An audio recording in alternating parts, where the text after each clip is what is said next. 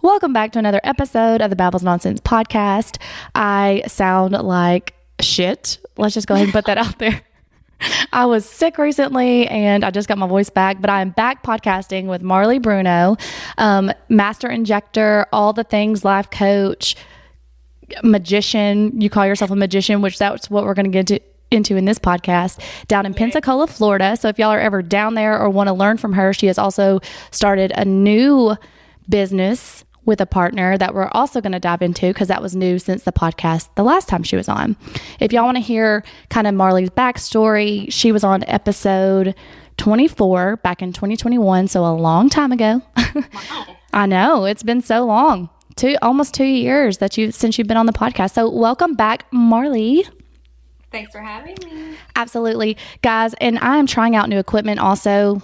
Besides my sick voice, I'm trying out new equipment. So if anything sounds different, that is why. I'm actually using my iPhone to record. So that's pretty cool, instead of Zoom. So hopefully it'll come through a little bit more clear for y'all. But anyways, Marlee, you are a physician's assistant. We dived into that a little bit in the last episode. We talked about your background, how you became a physician's assistant, how you transitioned into functional medicine, became a life coach. We talked about a lot on that podcast and I loved it, every bit of it. But obviously I could talk to you for hours and we didn't get to dive into nearly half the stuff that you do.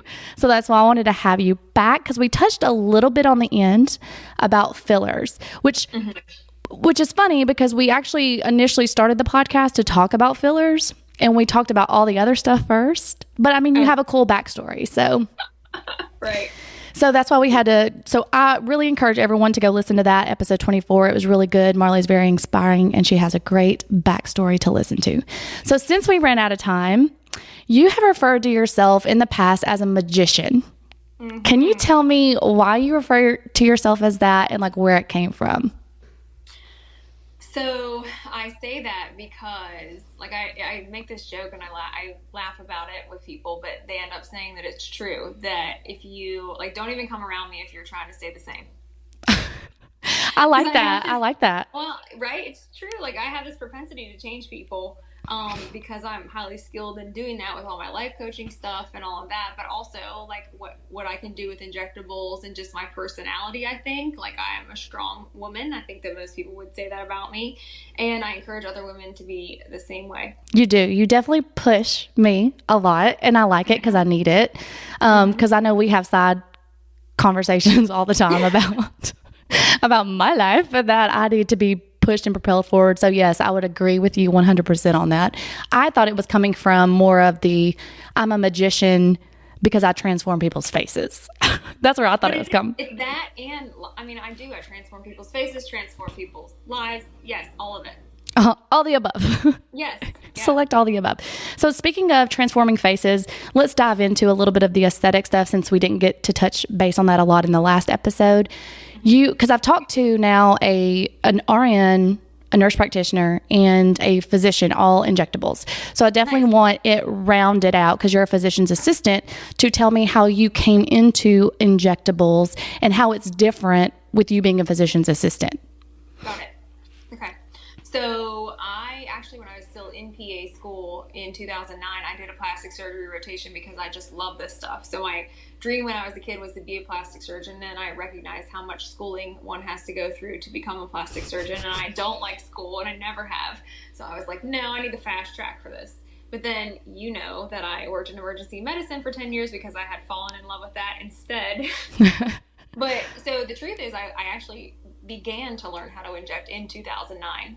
So I was injecting Botox in that rotation and stuff. So, and then I didn't do it for a very long time, probably 8 years or so. And then took a couple courses when I decided that I wanted to open my own practice, because I like to help people to feel better about themselves. And you and I both know that an external change for the better can cause an internal change. 1,000%. Yeah. So if you get like your lips done or your cheeks done or whatever you're going to do, it makes you feel more confident. It makes you feel like you want to go out into the world and just be different and, perform differently and behave differently. Now, you obviously do the normal injections that everyone does, like lips, filler, cheek filler, under eye, all the things. What is your favorite thing to transform on the face? And are you you probably already did this and I probably already know the answer, but did you already do like the whole facial rejuvenation when someone comes in? Like, you know how they're saying that's the thing now, like where people come in, instead of asking for just lips, you say, well, that can work, but doing your cheeks with your lips and your chin is going to actually give you the look that you want. Yeah, absolutely. So that's my thing that I do most commonly. So that would be the thing. So facial balancing, like full facial rejuvenation / facial balancing. Yes, that's definitely the thing that I do most commonly. Now, we still get our, usually it's younger patients, like 25 or so, that just want lip filler or whatever. But most of the time it's people who are like in their, like 35 to 55 that are like, just, I want to sit in this chair and you tell me what I need to do. Right. So that's my favorite. That's my favorite patient. And then if they have a budget or something, then we work it out to where we're going to do this thing first and then this next thing second. I really, really love jawline filler, and I think it's underdone. Like, I don't think people do it enough because, again, everyone comes in, everyone wants their lips filled, but if you don't balance that out with a good jawline, then it draws attention to the lower face, but they have like a chin retrusion or something like that. I think you need to address those things. So speaking of jawline filler, that's something I still don't understand, because I would think that you could feel it or you see it. No? So it depends. So all these different fillers have different rheology, which it means that, some of them are thinner and some of them are thicker. And the placement, therefore, is different. So if I'm using a really thin filler, usually I'm using it right in like the deep dermis or subcutaneous, like the fatty tissue. And if I'm using a thicker filler to like lift or something, then I'm putting it on the periosteal plane or on the periosteum, which is the bony part. Okay. So for jawline, I like to do direct needle on the bone. So you go all the way to the bone? Oh, yeah. Hell yeah. Oh, God. You said hell yeah. Right on that thing. Oh, shit. The filler. And for that reason, then, you still have enough tissue on top of that where you should not be feeling the filler underneath there. And it shouldn't like migrate up into like your cheek or like into your like underneath the jaw. Have you ever seen that come into your office? I have seen that. Oh, God. I feel like there are certain products that have a larger propensity to do that, but I also feel like it's mostly just like, inadequate technique to begin with. Okay. When I see that, yeah. So also you do 3 things that I want to talk about that I don't think I've talked to with other people much because they don't do them as much, or we just didn't touch base on it, but you do PDO thread lifts. Yes. So I want to talk about that because, I'm scared of those things. And then Radius and Sculptra, which are the newest fillers out on the market that a lot of people aren't doing, and how they're different from what is currently out on the market. So we'll start with PDO lifts, and you tell me what they are and what they do, kind of like how they work, if you will. Okay. So PDO is just a shortened term for polydeoxycholic acid. It's just a molecule that basically generates collagen wherever it's placed in the skin. So the most common ones that we do are the lifting ones or the barbed ones. So the ones that I use actually have the barbs molded onto the threads. So think of it like a really stiff piece of like fishing line, like a thick fishing line that's like really stiff with molded little barbs on it. And we numb the face up very well. So it looks like a very uncomfortable procedure. It is not at all an uncomfortable procedure. Like, I have patients that like pass out from Botox and end up getting threads and they do totally fine. Wow. I know. It looks like a scary thing, but it's really like there's a lot of tugging and pulling involved and stuff like that, but they're totally numb when we're doing that part. Okay. So we really do a good job numbing the face first. Now, are they safe? Because I say this because I've seen some plastic surgeons on social media or podcasts say that you should never get PDO thread lifts because then that requires, like, it either messes with surgery later or like if someone does it wrong, then you're going to have a surgical complication. Yeah. So so the latter part is true. Okay. So, of course, any procedure done incorrectly is a potential complication. Right. Of course. Right. Yeah. So my advice would be do them right. Go to a good trainer. Like we train on these. We actually have a training in March coming up to teach PDO threads and PRF, platelet-rich fibrin, which is just, the biostimulatory stuff. But so people love PDO threads because when we put them in, you get an immediate lift. So there's this instant gratification component to it, which of course we all love. That's why we love filler and stuff, because it's instant gratification. And then there is the collagen wraps around the thread like a cobweb, and almost creates like a 2-sided tape or like Velcro. situation where you have the collagen that mixes into the matrix of your own skin tissue. Okay, that's very interesting. Now, is that how, so moving from PDO to Radiesse and Sculptra, which are these new fillers, do they kind of do similar things? Or is it different? Like, does the Radiesse and the Sculptra like do similar things since it's doing that biostimulation? Right. So yes, on a much broader scale, they do, and without the immediate lifting Okay. situation. Yeah. So how are these new fillers, like what's different about like Radiesse and Sculptra versus, let's say, Juvederm or Restylane or Right. any of the other ones? Juvederm and Restylane Versa, RHA now is a newer one that's out. We carry all of those. So they're hyaluronic acid fillers. So hyaluronic acid is naturally occurring in the body. The premise is put some hyaluronic acid up under the skin and it plumps the tissue, right? Mm-hmm. So Radiesse is a calcium-based filler. So it's more like the consistency of bone. But when diluted with some saline, then it is a collagen stimulator. And Sculptra also is a collagen stimulator. And so this is going to rebuild your own collagen? Right. And honestly, this is the future of aesthetic medicine. So when I went to Monaco last year for the World Congress of Aesthetic and Anti-Aging Medicine, which I'm going to again in February. So we're going to get a lot more information in a month on this. But in Europe, they're about 5 to 10 years ahead of us in anti-aging and aesthetic medicine. They always are. Yeah. Because they're better able to try new things and stuff. Their FDA equivalent over there is not as like harsh as ours is. So they're more experimental over there. So, but this is what they're doing over there. So in their aesthetics practices, the patients are coming in, they're getting their 2 rounds of Sculptra or dilute Radiesse. Then after 6 months of their second treatment, if they need something else, then they'll do some filler or something.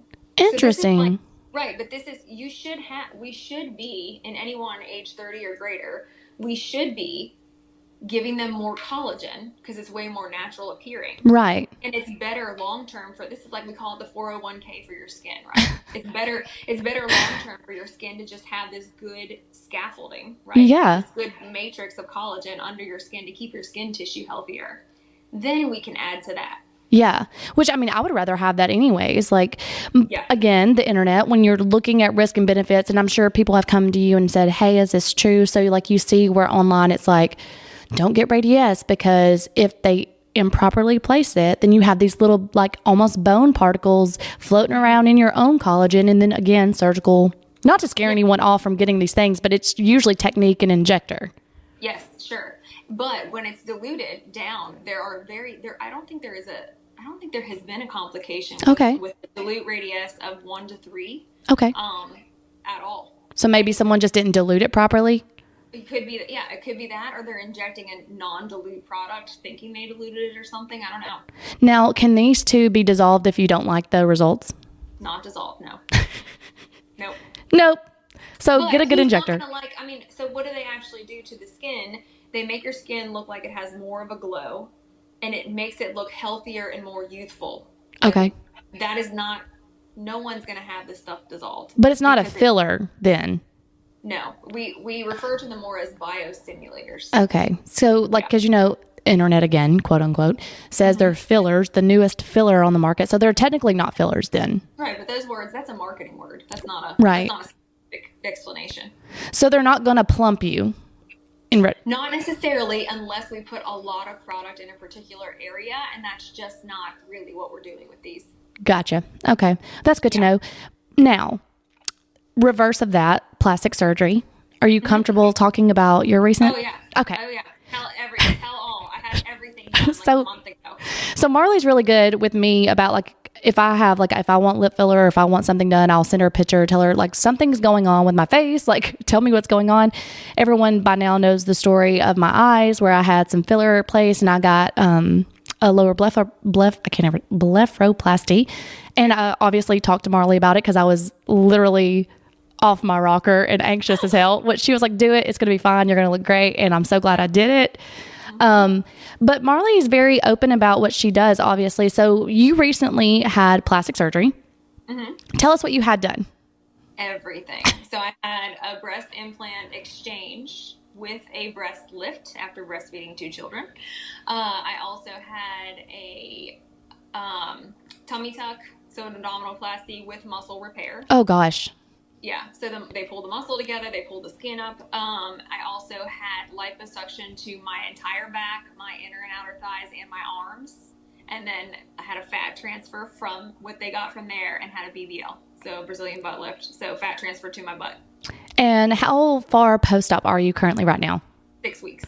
Wow, just 6 weeks? Yeah, and it looks amazing. I mean, you don't even look like you've had surgery at all. Like, first of all, I think you look No, I know that different people recover differently, but I knew I was going to get it because it's an elective surgery, so I had time to prepare for it. So I was getting like lymphatic massages for 2 months up until I put myself on a supplement called Skin Aid, which is really similar to Juven. If you've heard of Juven, it's like a collagen supplement for healing and repair and stuff. So I think that I went in really super prepared, picked an excellent plastic surgeon, paid top dollar for it to have an excellent plastic surgeon to do it. And I only had 24 hours of pain afterwards, and I got up and walked a lot and like made myself do the stuff that I really didn't necessarily want to do, but also made myself rest and relax, which you did me. I was gonna say, that's crazy. I came back to work for a half day on the 3rd week, and that was great. I literally worked like 3 hours that week just to test it out, and I ended up feeling okay. So, and then work is my happy place. So on the 4th week, I came back to work full time, and it's been great ever since. That's amazing. Like 24 hours of pain only? That's it. That is it? So my surgeon was able to do my procedure in a facility that gives the Exparel shot. I don't know what that is. So it's like a nerve block, basically, that the nurse anesthetist did to block all the pain, like in my abdomen and stuff. Oh, and it wow. absolutely worked. Yeah, it was great. So if you had to like pick I guess because you didn't have a lot of pain, what would have been the most painful of all the procedures you had? Like, because I hear liposuction is the most painful. No, really? I did not experience that. No, I still now even have some weird like nerve stuff where like if I touch under my arm, like I still don't have like feeling back and it's a little sore. Mm-hmm.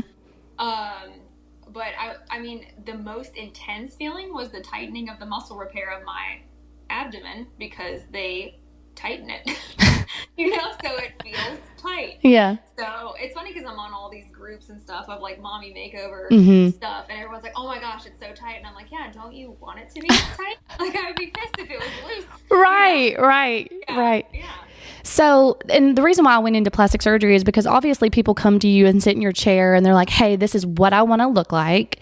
Yep. And I think you're a very honest injector. And you've told me before, you're like, no, you're not wanting filler. You're wanting a facelift. Yeah, right. No, guys, I'm not getting a facelift. But that's just Marlee is like, she's like, what you're describing is not filler. It's a facelift. Right. So I set realistic expectations with patients. I have very good relationships with the local plastic surgeons in town. I refer to all of them depending on the procedure and who I like the most for that procedure, because I feel like the best care I can give to my patients is to be the most honest. So if they're in there and they're pulling their face way up and they really want it to be that tight and stay that tight, that is a facelift. Right. I can't do that with threads. I can't make that kind of improvement that they want with just injectables. And so I'm honest about that, and I will refer those out for sure. Now, there's some patients that like they don't want to have the downtime, they don't want to go under, they don't want the propofol, right? Right. They don't want to be intubated. And so for those patients, we will absolutely feel like I do butts. I make butts. I do 20 syringe radius butts, and then I'll do 2 of them. I'll do 2 rounds of it. That's so crazy. Because people don't want to go under. It's not necessarily cheaper, but if there is no downtime, they can literally go out to eat that night and hang out with their friends or whatever. And there's no downtime and there's no anesthesia involved. So some people just like that. No, some people can't take the time off work. Like, how big can you actually grow a butt with Radius, though? Like, how big? I mean, 40 syringes. So if I'm using 40 syringes and I'm diluting it 3 to 1 and it's a 1.5 cc syringe, Oh, my God. So you can... Yeah, but you can't get like a Kim Kardashian big booty with Radius, can you? It depends on where you're starting from. That's true. So for me, I had a BBL, yes, but I also still had the normal, like, little bit of cellulite here and there on my butt. So in order to, like, even after my BBL heals, probably the next, like, 3 weeks or so, I am still going to have my other injector go in with some Radius and just smooth the skin out. Right. With a certain dilution, just to smooth the skin, just for skin quality stuff. Oh, okay. Yeah. So it can... Yeah, or like cellulite, or like sagging skin, because you're helping. Again, it's that creating that scaffolding of that collagen matrix. Mm-hmm. So you're just helping the skin out. So you can do that on the body as well as the face. We do it in necks all the time, chest all the time. That's amazing. I do need my neck done. I got tech neck. Yeah, tech neck's a serious thing. And Yeah, if we y'all all don't, have tech. I was gonna say, if you don't know what tech neck is, just look in the mirror. If you got some lines that are horizontal across your neck, you got tech neck from looking at your cell phone all the time. So, yeah, exactly. So we'll do a little bit of Botox in there and do a little bit of those dilute radius in there, and it works beautifully. How, like, does that just like require one treat? Well, I guess it all depends on how deep they are, but like someone my Usually age, one treatment. Yeah. And the lines are gone. Yeah, so you can also just put filler right in the lines, like take a really nice smooth filler and put them right in the lines. But if you want longevity and you really want to just improve the quality of your skin, then you're looking at more like the dilute radius. Gotcha. So, kind of going all over the place now. Well, this is kind of related, but now you have started. Is it Method Academy? Method Aesthetics Academy. Mm-hmm. Yeah. So you started Method Aesthetics Academy, and that was it last year? Last April, yeah. Yeah. Super grown.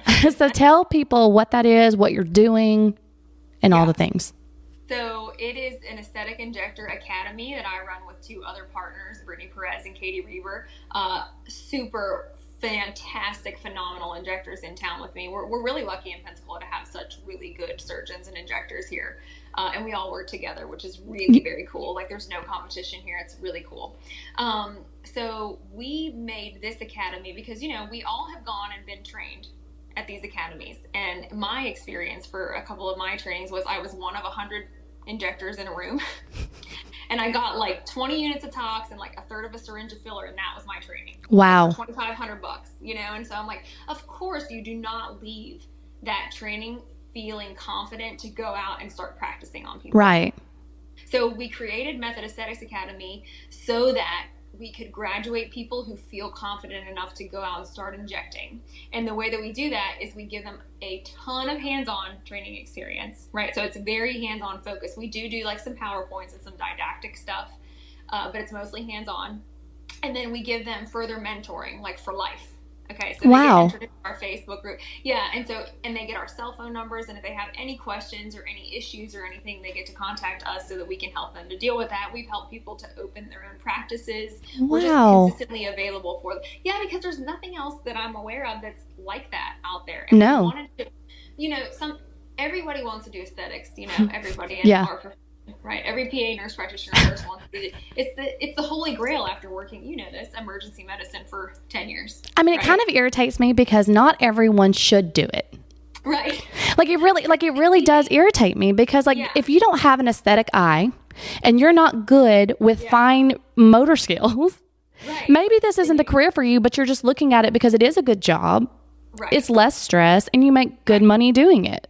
Right. So we're not looking for students that want to get their feet wet in aesthetics. We're looking for students that are super serious about doing it, that are going to always continue to further their educations. Because me, I'm going to a conference at least once a quarter, probably more than that, to learn something new. So I've been injecting for 5 years, and there's always something new that I can get out of a training and stuff. So those are the kind of students that we want, the people that are serious about investing in themselves for long-term care of their patients in aesthetics and anti-aging. Right, because things change, like we were talking about earlier, like how we all used to just go in back in 2015 and say, I want my lips done. Yes. And then you leave going, why does my face look weird? Like it looks, because they didn't facial balance it or whatever it's called. Also, just the lip filler technique has changed tremendously over the last 10 years. Yep. You should see our students now, when I first started injecting 5 years ago, if I took my first couple lip photos before and afters and compared them to my students now, oh my God, we're graduating these students that are doing these lip injections that look like I did them. Mm-hmm. And it's all a technique thing. We teach them that specific technique, and it's just so good. I agree. Well, and just like you said, like going to Europe and doing the, you said the World Conference. Aesthetic. Yeah. Mm-hmm. Yeah, you did the World Conference where they were already ahead with the Radius and the Sculptra, and you're like, oh, wow, okay. Yeah, but those are the kind of things you have to stay up on stuff or you're going to get left behind. It's an ever-changing industry. I mean, so Daxxify just came out, a brand new neurotoxin, like Botox, that's supposed to last closer to 6 months versus the 3 months that all the other neurotoxins last. And so far, so it's in my face right now, So far. It's doing what it promises When to did do. you get yours injected? December 6th. So it's February. So it's still not moved. Not even budging. That's amazing. That's amazing. Yes. And so for me, because I get my masseters injected because I grind my I need that done. So that's like, I know, but that's like a life-changing medical treatment for these patients. Or like people who get Botox in their armpits for sweating. Right. If it's going to last longer. So I had my masseters injected once in Nashville because I was up there for a conference, I believe. I can't remember what I was up there for, but I was like, I knew a girl up there and I was like, hey, do you have an opening for some TMJ masseter Botox? I've had this migraine I can't get rid of and I grind my teeth at night. And I tried everything like the triptans, Tylenol, everything. She injected my masseters and like I went back to the hotel and within 30 minutes, my headache went away. Yeah. But then it didn't last but a week. So I was like, this was not worth what I paid for it. Wow. Yeah. I wonder if Daxify would do a little better. Maybe. Trust me, I've grinded through like hard retainers. Yeah, same. I've broken retainers. Right. Yep. So it's just annoying, but yeah. So how often are you doing the academy? Like, is it quarterly? How often are you accepting students? Yeah. So we have a different course once a month. So we just graduated another round of level 1 students. Of course, level 1 is the most popular, and that's your upper face toxin and your lip and cheek filler and like filling in lines and stuff. And then the more advanced course or level 2 course is the lower face, like the jaw, temples. Everyone forgets about the temples. Like, don't be creating peanut heads out there. You gotta like the temples if it's necessary, right? Because this is facial balancing. And like lower face tox. You've seen it. Yeah, but it's just funny because you're like, don't be creating peanut heads. That's the name of the podcast. Don't be creating peanut heads. To address the full face, right? Right. As we age, our face gets heavier on the bottom versus the top. So you need to focus on restoring the volume back in the upper part of the face, and that includes the temples and that includes the lateral cheek area. That's what I need. People get jowling is because of gravity, of course, but also our fat pads fall. I'm starting to get jowling. Are you really though? I don't know, maybe, but I think it's because when I had my under eyes done, they pulled that skin so tight that now it looks like the bottom's not as tight as the top. Well, in my mind. Yeah, well, I think you're nuts, but who doesn't? But that's a common concern. Because how old are you? 35. Yeah, so like right at like 34-ish. I'm telling you, it starts going fast. It does, but do you know why that happens? Because you're losing collagen. Yeah, that's why. So that's the perfect age to get in and get some of that dilute radius or Sculptra, because it does lift all that back up. So, does oral collagen, the vital proteins, all this that everyone's like, drink more collagen, does that even help or no? Okay, so the jury's out on that one. We don't know. But okay. All of the I take a collagen supplement though, because first of all, it can't hurt. Second of all, I notice a difference in my joints alone from taking a collagen supplement. I do prefer liquid collagen. I think they do work better. I think they absorb better in the gut. And all of the master science liaisons that work for these aesthetics companies and stuff like that, they all have said, they thumb through all of this literature, and every one of them has said, yes, absolutely, after 30 we should be taking collagen supplements. Oh, I need to get on that then. Yeah. I used to put it in my coffee and then I just quit buying it. I don't know why. So the powder ones, it's a compliance thing. It's always, medicine is always a compliance issue. So I have these little because I'm non-compliant also if I have powder, because it's an extra step. I have to make the thing. So I just buy these ones that I can throw in the fridge, and it's like a little treat. What brand is it? New Skin. I carry them on the shelf, and I just have patients buy them at cost. But New Skin, like, it's an MLM. Mm-hmm. But those are the best ones that I've seen. Like, do you know I did like an 8-month collagen study? Oh no, I didn't. I had an 8-month collagen experiment on myself where I changed collagens about every 6 weeks. But I would take pictures of my skin in the lighting, drink the same amount of water every day, blah, blah, blah. And that was the one that I landed on that made like a significant difference. Well, there you go, people. It was scientifically backed. See?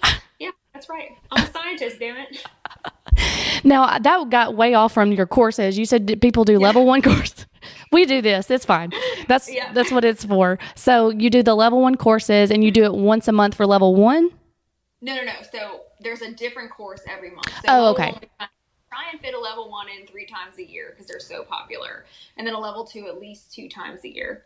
And then we're doing a PDO threads and PRF, platelet-rich fibrin, which is very similar to PRP. PRP was like a big thing. So we combo those together. We're also doing a Sculptra and Radi-S course, which includes body.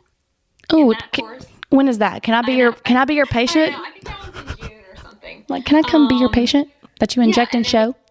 I'll be the model.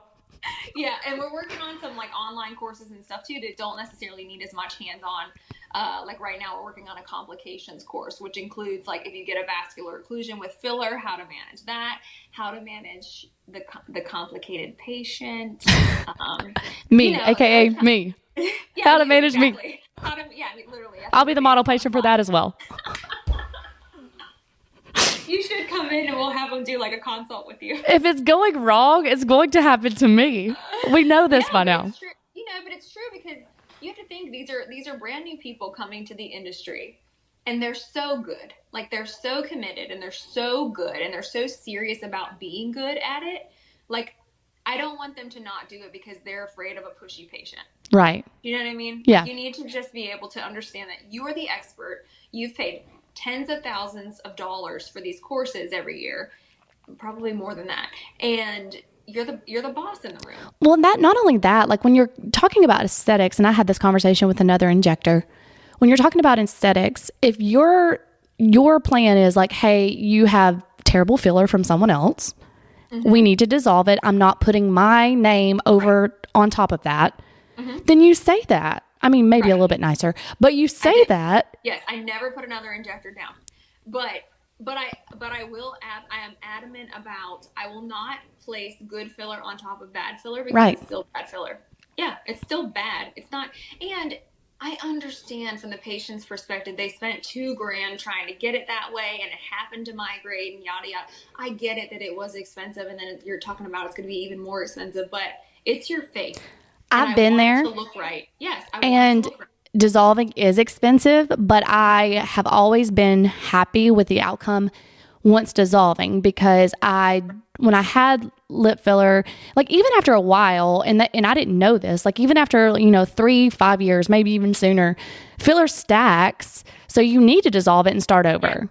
Right. Because you're thinking, so the new technique is to place filler more superficially, like for instance, in the lips. Okay. So, and that's only in the lips that we place it more superficially. But you have to think of all those, if you've been getting filler for 8 years, you're not breaking down and metabolizing every single little bit of that hyaluronic acid. So it's going somewhere and it's being pushed on now. Right. You can have had the best. I mean, I dissolve some of my own lip filler patients. I'm like, look, it's time. Right. Yeah. And I think that's, again, what makes a good injector because you're not saying like, earlier, I said obviously a terrible injector, but I shouldn't have said that. It was like, I personally, this is not how I would have done it. Right. So let's dissolve it. And I think that makes you a good injector to even say your own filler when you're like, hey, it's been 5 years. It's starting to migrate a little bit. Sure. It's time to dissolve. Yep. I think that's a good injector to do that in general. Mm-hmm. Like for me, for instance, so my lips, the first time I ever had them injected, a neurologist injected them and put two syringes of Juvederm in them, and I had chicken lips to begin with. And so what ended up happening was I'm sure my vermilion border, which is the connective tissue piece that holds your lip in place, was just completely blown out. Mm-hmm. And so now anytime I get lip filler, it just has a propensity to migrate out because of that very first time. And that's not anybody else. That's not anybody's fault necessarily. I didn't know. So what could happen? How does that heal, or will it never heal? Will that always be a problem? We're working on it. So we're working on different again, I'm a scientist, so we're working on different experiments. So far, Brittany Perez, my partner with Method Aesthetics Academy, did put smooth PDO threads, so not the barred ones, but the little tiny thin ones, in the actual border of my lip to try and tack it down and create a border. And we're refilling them very slowly. I think she put 0.4, not even half a syringe of filler in my lips last time. And we're very slowly building them over time. And that also is a sign of a good injector because not everyone needs a whole syringe of filler in their lips. If your injector tells you only do a quarter of syringe or half syringe at a time and we'll build them slowly, that is absolutely the way to do it. 1000%. And I learned that, obviously I got my advice from you because I had a similar thing where my vermilion border got blown out. just too much injections over time, starting, years ago, and then having to dissolve them. And I did the same thing with the PDO threads because you told me to do that. And I was like, I'm against this, but I did it and I love it. Yeah, good. See? I don't know why I just did that voice, but you're building collagen in there. Right. Too. So it's a win-win. Yeah, I agree. 1,000%. Yep. So now switching gears a little bit because I just want your advice because I know we talked a little bit about how you were a magician and all that. I recently started getting into like crystals, meditation, and not really meditation. I always call manifesting meditation and I don't know why. Because something's telling you to meditate. I can't meditate. I try. Everyone can meditate. Everyone always thinks they're meditating incorrectly and it's not true. Meditating is just sitting alone by yourself with your own thoughts. That's all it is. Well, I do that before bed. Good. Yeah. Well, maybe do it earlier in the day. Oh, God. Meditating. So for an overthinker, so it's triggering to meditate at first. If you're an overthinker, ask me how I know. Because you're forced to sit there and be like, wow, I literally am nuts. Like I think so much. Right. And so eventually you'll get sick enough of your own shit and you'll change. Yeah. So meditating is good because eventually you'll sit with your thoughts and be like, wow, I have to do something about this.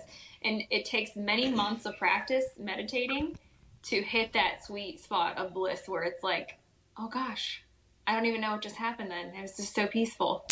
And then by the time you recognize you were in it, you're out of it. So no, I know what you're saying because like I have a really hard time just relaxing and sitting down just like you.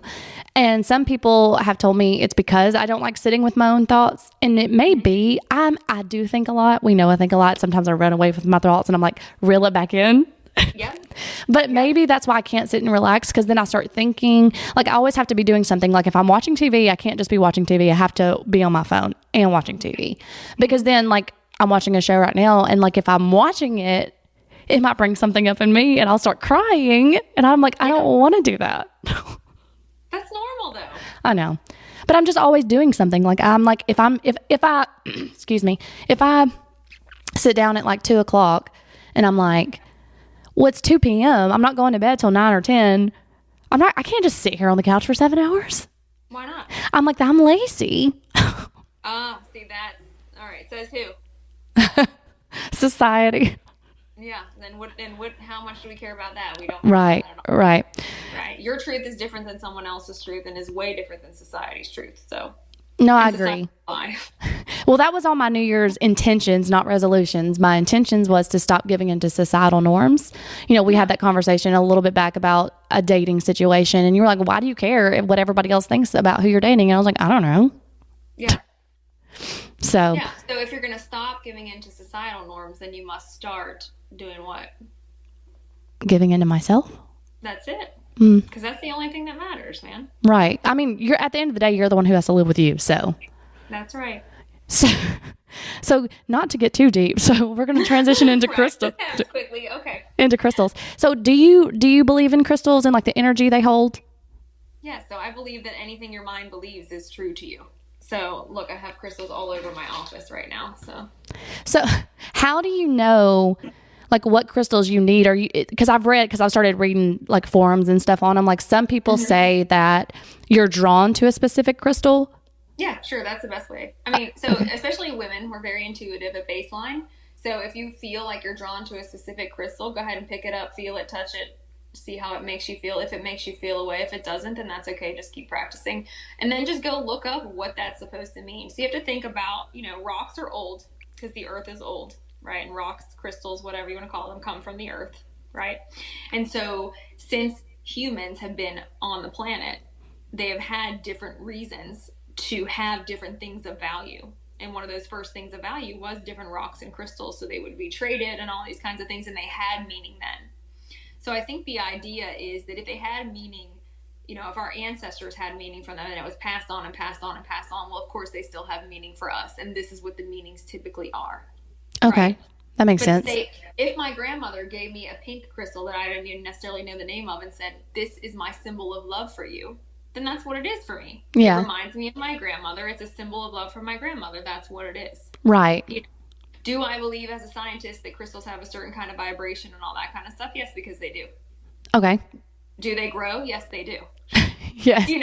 Yes. From a scientific perspective, yes, all these things are true. So I truly believe that science is just spirituality that hasn't been explained yet, or the science is our attempt to explain spirituality. So how do you specifically use a crystal? Do you have to like one of the crystals I got like came with instructions and it said you have to run it under cold water to like re-energize it? Yeah, so that's probably to cleanse it. Okay. So are you supposed to cleanse all your crystals? Yeah, so if you got a crystal from like, a crystal store and someone else put their stank on it, right? Someone else picked it up and held it. Oh, I need to go wash all my crystals. Right. So someone else, but not all crystals can be exposed to water. So for instance, selenite, so this one, right, is not, the hardness is like there, it's a very soft crystal. So if you put water on this, it's going to dissolve because there's going to be a chemical reaction that happens to break that down. So don't put water on all my crystals. Right. So you can burn sage over top of them. So sage actually is an antibacterial thing that actually does cleanse, scientifically, things. But also you can wave your crystals under there. You can put them under the moonlight or under the sunlight, depending if you want feminine or masculine energy on them. Okay. So how do you use them? I don't know. I wear mine a lot to remind me. Like, so I love the color black. I love to wear it. It's a protective color. So black stones tend to be protective and absorbing stones. So I like to wear them because I deal with a lot of, as a life coach and as a person who practices medicine, I deal with a lot of trauma throughout the day. So I want those protective crystals on me. And I don't know, do they work or not? I don't know, but it makes me feel like they're working. So I feel more protected in my own energy when I'm wearing them. So sure. And I also like to decorate with them because I think they're pretty. Yeah, they are. And I like to have them in places because, like, for example, in my injection room, I have certain crystals in there that symbolize certain things to me for the energy that I want to have in that space. Okay. And that's important to me. Right. Yeah. So I have some, and I haven't washed all of them, just the one that said to, because I didn't know that you were supposed to wash crystals. But then I bought this other one that had a different name, and I cannot remember the name, but it was like started with an S or something. And my psychic friend in LA, like he's into energy crystals, like astrology, all the things. And he was doing a live, and I was like asking a question. I was like, well, which crystals should you stay away from? Like, because there are some crystals you should stay away from. And he was like, 1000% malachite. Don't get it. He was like, he was like, especially if you have some kind of intuitive psychic ability, because it apparently opens your third eye or whatever. So you see more clearly or whatever. He said like he was haunted by it or whatever. Yeah, so, sure. So I got this one crystal that started with an S, and I put it beside my bed, and I kept having nightmares. So I finally went and looked this crystal up. Guess what it had in it? Malachite. Okay. So, also, though, a different story is I'm very drawn to malachite, and I always have been. Mm-hmm.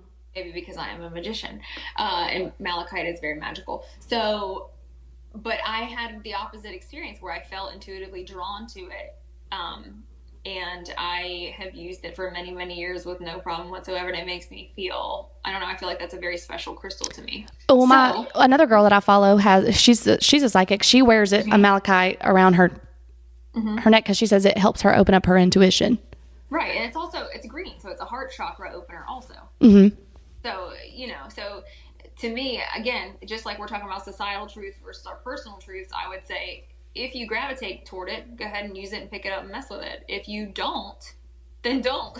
Right. Or don't yet. Don't do it until later you have more experience and all that stuff. So are there any crystals that you have to stay away from? Not that I have encountered yet, no.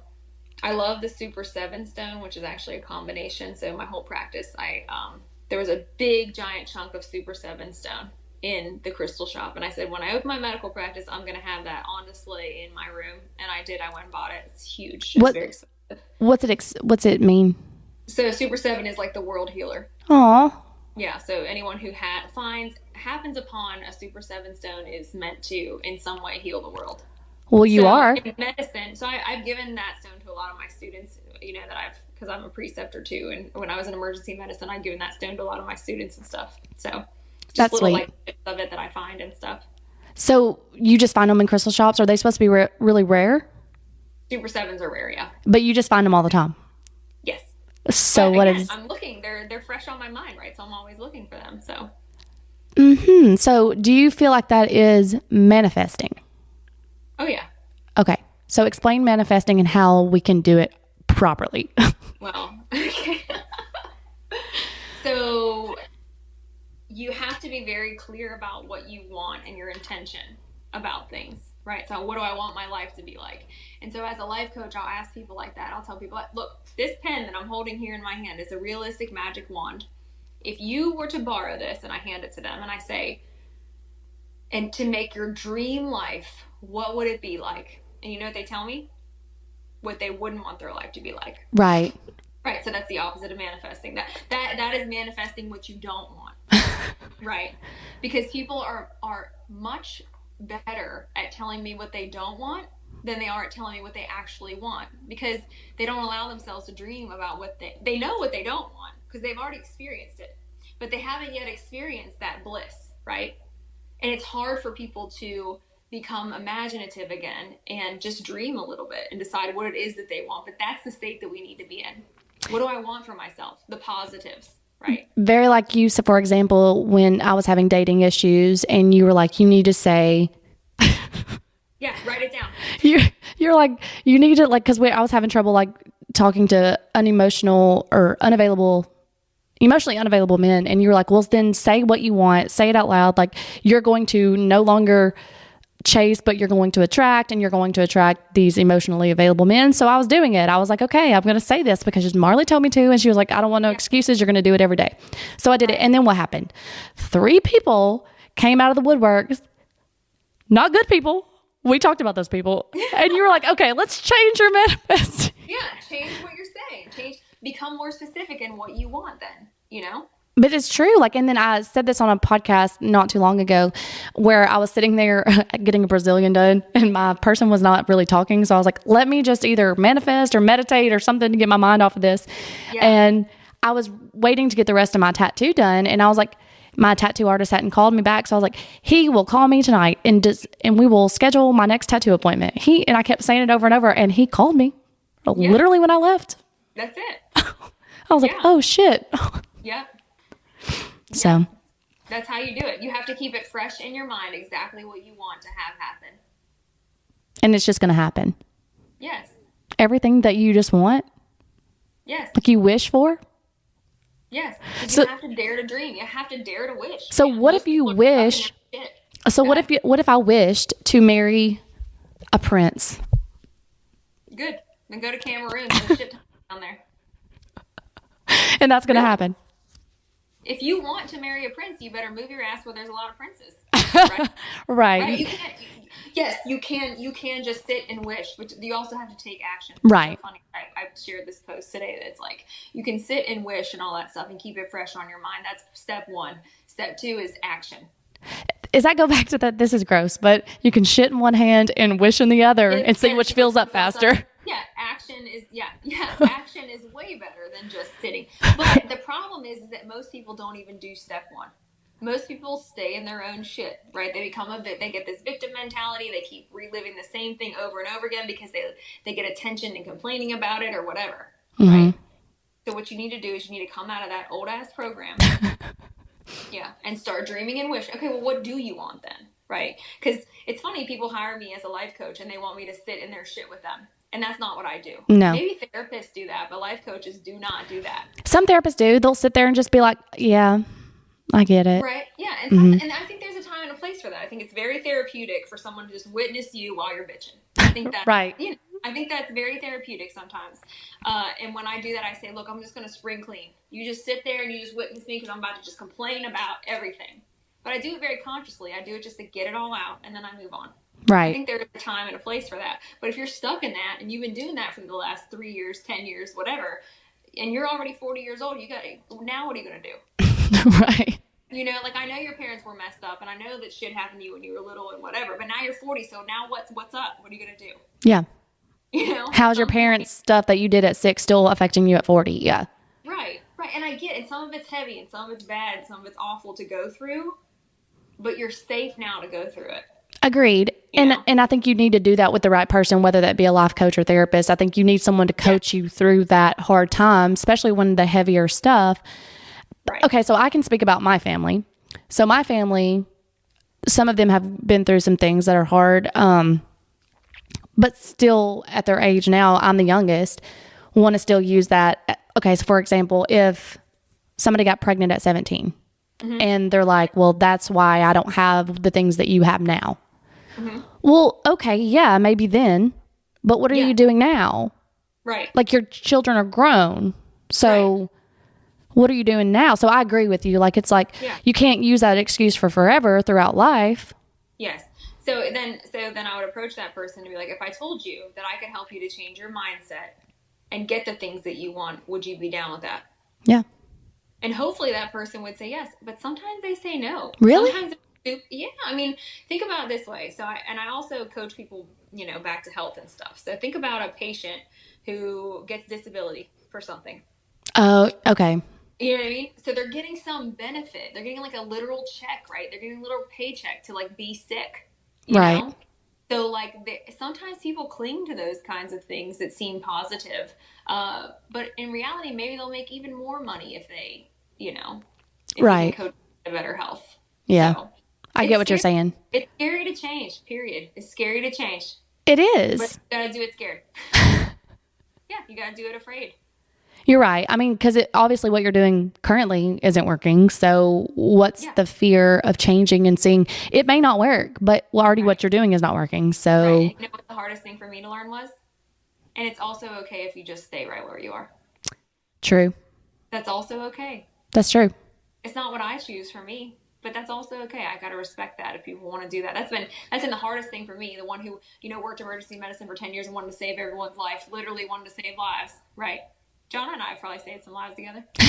We have. Yeah. Right. So we want everything to be better. We want everyone to like live to their fullest capacity and whatever, but we have to be okay with like, if they don't want to, then they don't want to, man. That's something that I recently had to, so I have a friend that, tends to talk negatively about herself. And I have, since January, I have made it a very mindful thing. Cause you told me that the only way to change your thoughts about your body is to actively do it. So since January, after we had our conversation, I was like, I'm going to be very proactive about changing my thoughts around my body, the things that I went through in the past, like with eating and food and all the stuff that I've talked about plenty of times on this podcast. So I told my friend, I was like, you cannot say this stuff to me. Like, because that triggers me to be able to talk negatively. So you can't. Like, I love you, but you can't. Like, and if you do, then you have to do like I do, and you have to say 3 positive things about yourself. Well, she still will vent to me, and I then get triggered, and then I start saying, well, you need to start doing this, this, and this, if this is how you feel. And then, like you said, I have to realize like that's my shit, and I can't tell her to do what I'm doing. Right. But you can say, here's my boundary. Right. That I'm not going to speak about it. Right. And I'm not the one to witness you talking about that because that triggers me. And I eventually, after like the hour conversation, I was like, hey, I was wrong for pushing my beliefs on you, but my boundary is I really can't be around it right now because I truly am trying to do better. Right. Oh yeah. I have ended really great friendships because of consistent negative mindsets, and that's okay too. Right. Yeah. I wish them well from afar, but if I had to be in that every day, I wouldn't be where I am. Agreed. Yeah. So, right. Sorry, go ahead. Well, if people are that hell-bent on being negative, not your friend, I'm just saying in general, right?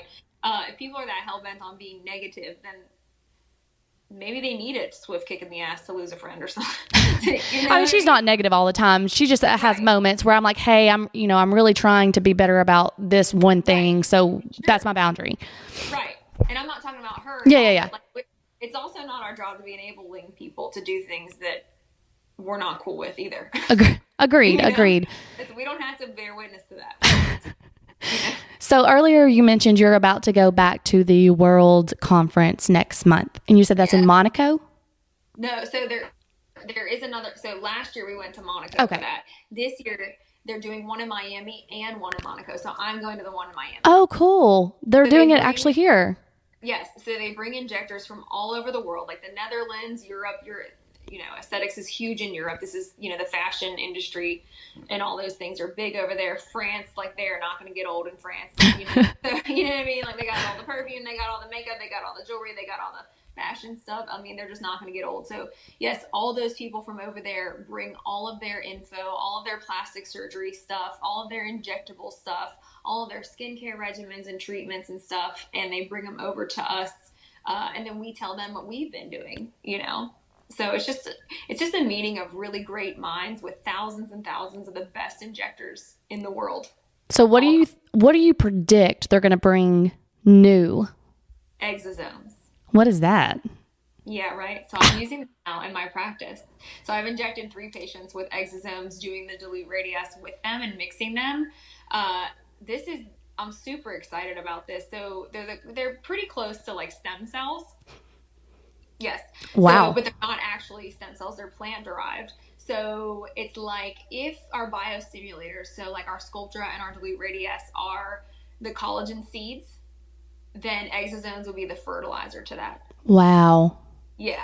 That's interesting. Yes. And so I injected most of those people about 3 weeks ago. So I've only done a few just to like see, like my closest friends, to just see what's happening. And already I have one patient we treated down into her neck and up into her face. And already literally the top part of her neck appears way more youthful than the bottom part of her neck. So we're having to bring her back next week to treat her lower part of her neck.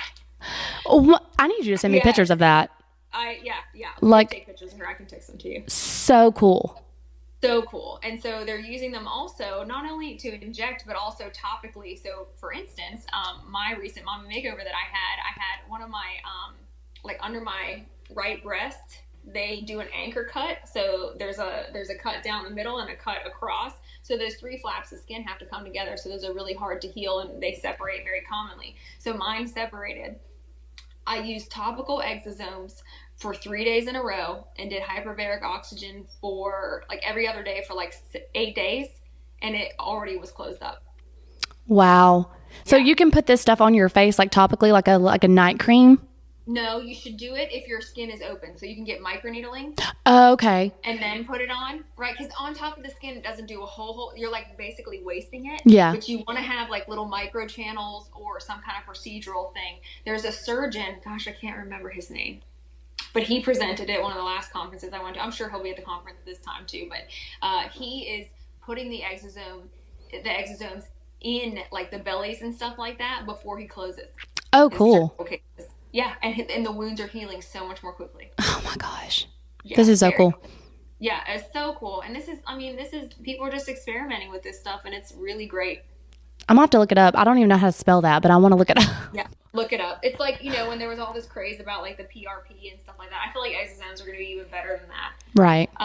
But the cool thing is that, we're in I'm in my late 30s, so I'll be 38 in March.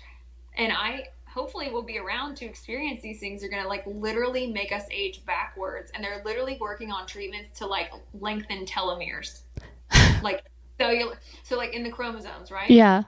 The way that we die is because our telomeres get shorter and shorter, and then all of a sudden they're too short, and then we can't survive, right? Right. So but I don't want to live forever.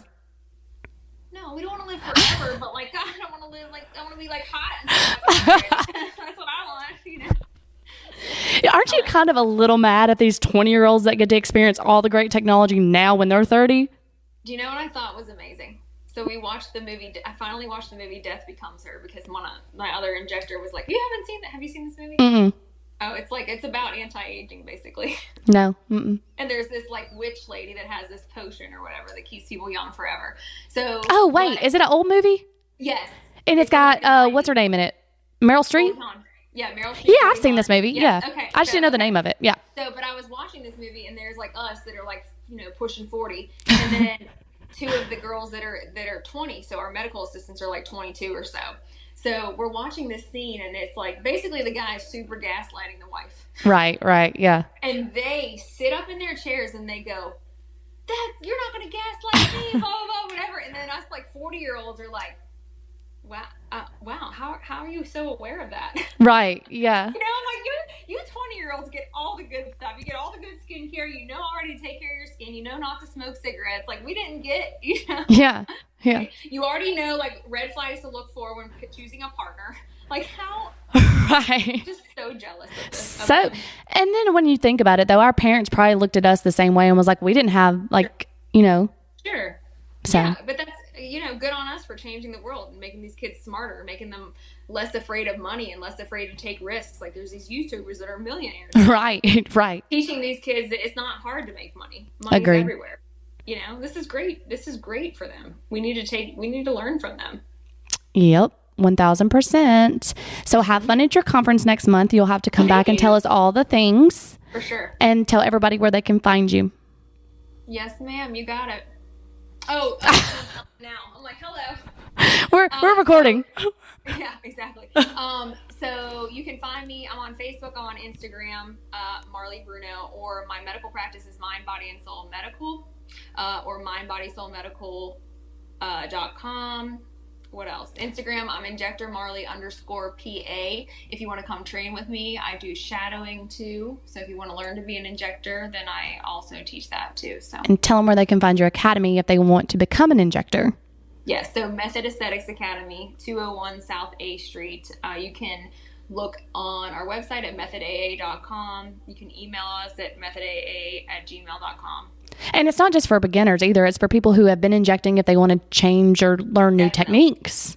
Yep, definitely. We have a lot of advanced courses. We have a facial balancing course too, which we hope that everyone takes. That's so many courses. I like that. Yeah, it's great. Well, thank you so much, Marlee. Your time is always valuable, and I know our schedules are always crazy. So thank you so much for coming on and bearing with me, because I know we have had to reschedule because I had laryngitis last week. I don't sound much better now. I'm good. I don't know about that. I sound very nasally in my head, but I appreciate it. Mm-hmm. Thanks, guys. Until next time. Bye.